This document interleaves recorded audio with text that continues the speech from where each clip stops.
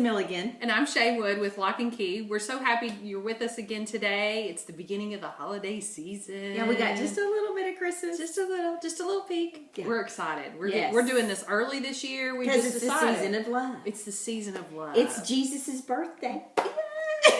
So we want to talk about Jesus and love, and we're going to talk about our book, Moving Him In, 12 Tangible Keys to Preparing a Place for Christ.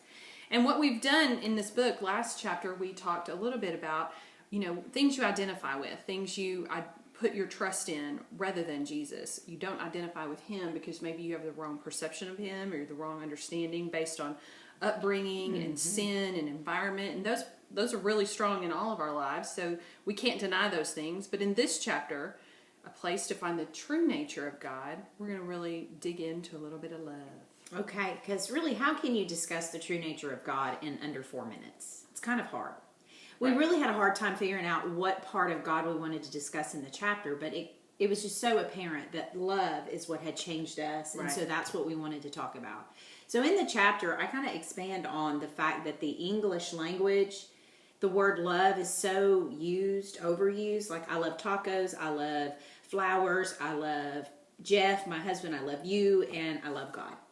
Right. And those are all kind of a different kind of love, because I don't know about you, but sometimes my tacos give me indigestion, but God never does. So really, what is that? I mean, I don't get that. Or you love how a scarf feels. Yeah, I love Christmas decorations. Love Christmas all decorations. that. And then we love God. Right. It seems a little cheap. It does seem a little cheap. Okay, I like that. So I went and I actually did a lot of research on the word love and discovered that there are 3 different types of love in the scriptures. So to know all of them, you got to get the book and read it in detail.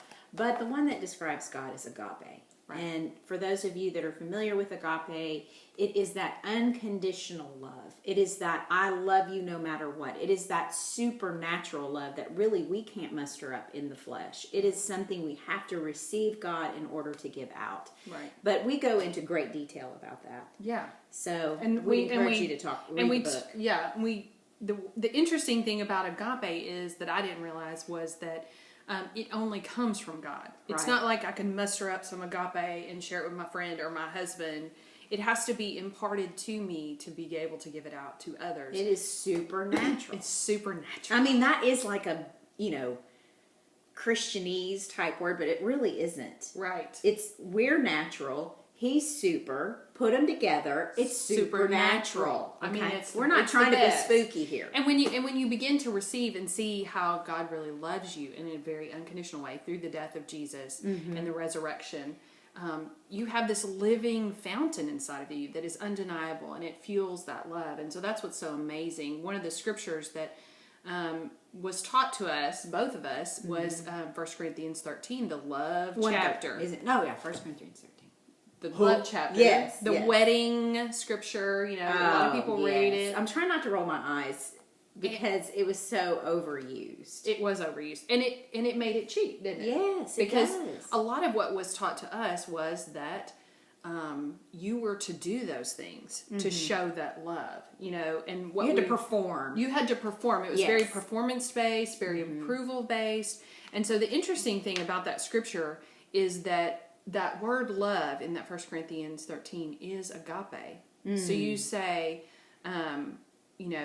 love is patient, love is kind. Well, really, that's agape is patient, agape is kind. So really, that's really God is patient. Right, because the scripture also says that God is love. So really, you can take out love altogether and just put in God, which was so freeing to me, Shea, because what people used to say to me was, put Susan there. Susan is patient and Susan is kind. Well, Susan couldn't do that. That was a lot of pressure. Remember, did y'all feel pressure? Supernatural. I had to get super involved with my natural in order to do this. To handle this equation. And so when you replace the love in that scripture with God, it takes off all the demands to perform. Yes, it does. And it's so nice. It's so freeing. It is. It makes you love God more, does it not? Yes. No longer is he like hammering down, be patient, be kind. You're like, oh, you're patient, you're kind. And if I get to know you more and if I'm in your presence more, I can give that out. Wow, that's really cool. So no pressure this season, No. ladies. We Enjoy hope you enjoy Christmas. Christmas and all the love and the Yes. music. Thanks for sharing with us. Leave your comments. We'll see you next week. Bye. Bye.